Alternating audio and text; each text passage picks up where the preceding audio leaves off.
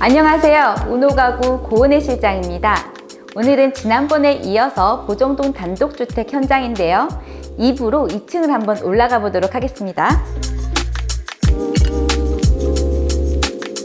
가족들이 거주하는 2층으로 왔습니다. 2층에는 자녀들의 방도 있고 드레스룸도 있는데요. 자녀 방 중 첫 번째를 한번 보여드릴게요. 지금 보고 계신 이 공간은 자녀방의 서재를 담당하고 있습니다. 컴퓨터도 올려놓을 수 있고 공부를 할 수도 있고요. 그리고 사실 그 옆으로는 침대도 있는데요. 침대도 모두 가구로 제작을 하여서 하부에도 수납을 할 수 있게 만들었어요. 맞은편 공간에는 드레스와 장식장 공간입니다. 작은 방이지만 책상의 맞은편 공간에는 이렇게 드레스와 장식장의 역할을 하고 있어요.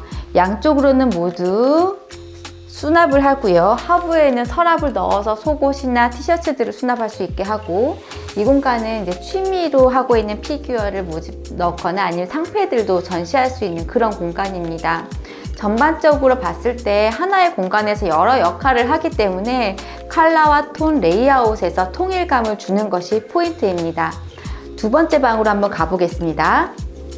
두 번째 방은 같은 레이아웃이지만 컬러만 다르게 해서 변주를 줬어요. 책상과 책장 공간이 조금 더 밝고 화사하게 들어갔고요. 자세히 보시면 침대 쪽에도 독서등이 보이시죠? 뒤에도 스마트 콘센트가 사실 숨어 있습니다. 맞은편에는 마찬가지로 드레스룸과 장식장의 역할을 하고 있고요. 이렇게 예쁜 피규어도 전시가 되어 있네요.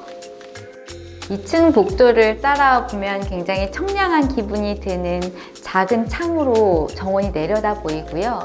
맞은편으로 조금만 오면 세탁실이 나타납니다. 문을 열고 한번 들어가 보겠습니다. 건식 세면대와 세탁실이 한 번에 모여있는 공간입니다. 건축주님께서 굉장히 머리가 좋으세요. 보통 이 생각을 잘 하지 못하는데 유기적으로 동선이 겹치는 공간이기도 합니다.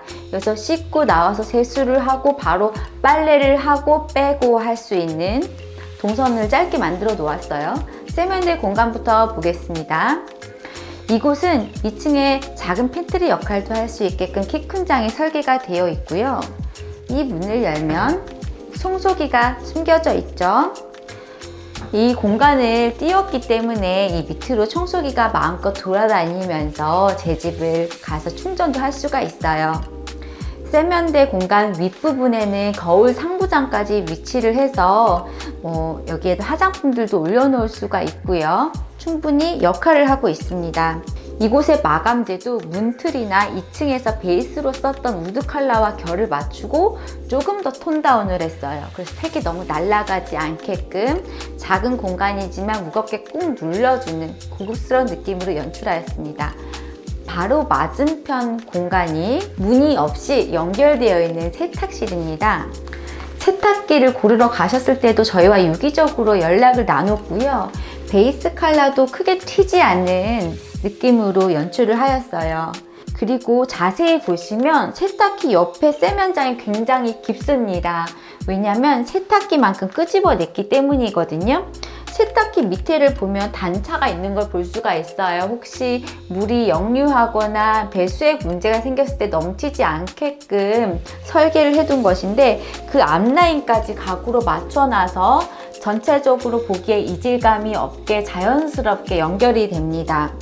세탁볼이 있는 곳은 상부장이 굉장히 깊기 때문에 자세히 보시면 옷봉을 두 줄로 넣어놨어요. 그래서 간단한 걸레나 아니면 속옷이나 덜 마른 빨래들을 걸어 놓을 수도 있거든요.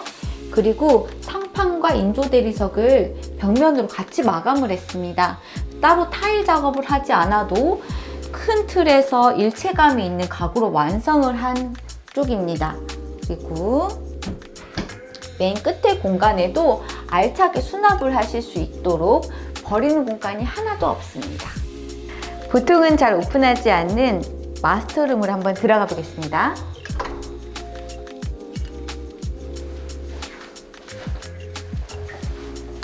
마주하고 있는 두 개의 아치는 드레스룸과 파우더 또는 욕실입니다. 드레스룸부터 한번 보실까요? 굉장히 합리적인 마감재로 포인트 컬러, 손잡이, 레이아웃으로 승부를 봤었던 그런 현장입니다. 10일자 드레스룸인데 사장님과 사모님이 각각 드레스 공간을 쓸 수 있도록 설계하였고요. 이렇게 액세서리 디바이더가 못 들어가는 공간일 때는 가방을 넣을 수 있는 이렇게 거울장을 따로 연출을 하기도 해요. 자세히 보시면 이 안에도 유리 디바이더가 있습니다. 상판이 유리로 되어 있어서 이 안에 액세서리나 스카프, 시계 등을 수납을 해도 한눈에 보실 수가 있거든요. 항상 드레스룸을 하면 아일랜드 나도 하나 놓고 싶은데 라는 생각이 들지만 그 공간이 나오지 않을 때는 붙박이장 공간에서 해결을 할 수가 있습니다.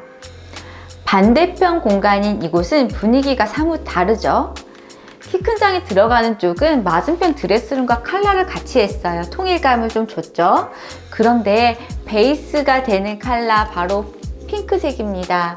벽지가 핑크색이고 가구 색깔은 녹색이에요.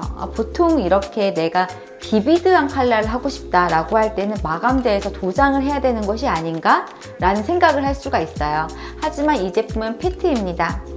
어떤 건축주님들은 우리 이런 패트 샘플을 보고 아니 이 컬러를 한 사람이 있어요? 라고 물어보기도 하세요. 있습니다.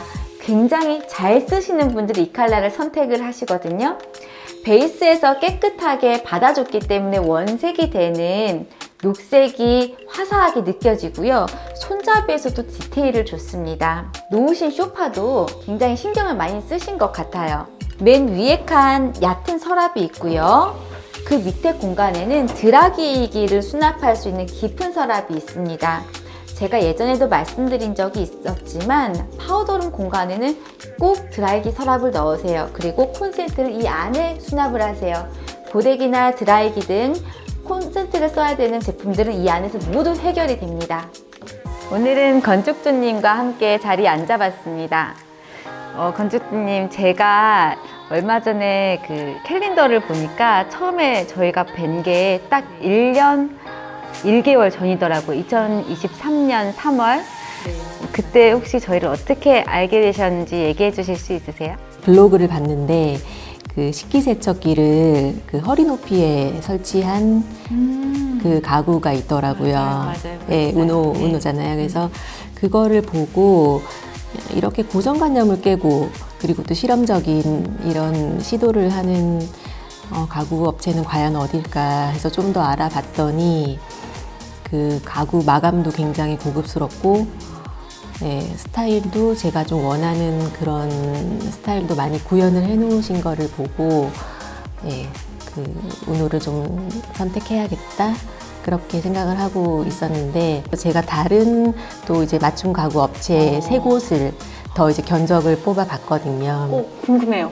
어땠어요? 가격도 경쟁력이 좋더라고요, 우노가. 제가 또 열심히 견적을 예쁘게 냈었나 봅니다. 네. 네, 저희가 한 1년 정도 같이 진행을 한 것 같아요. 사실 다른 데는 이렇게까지 길게 하지는 않거든요.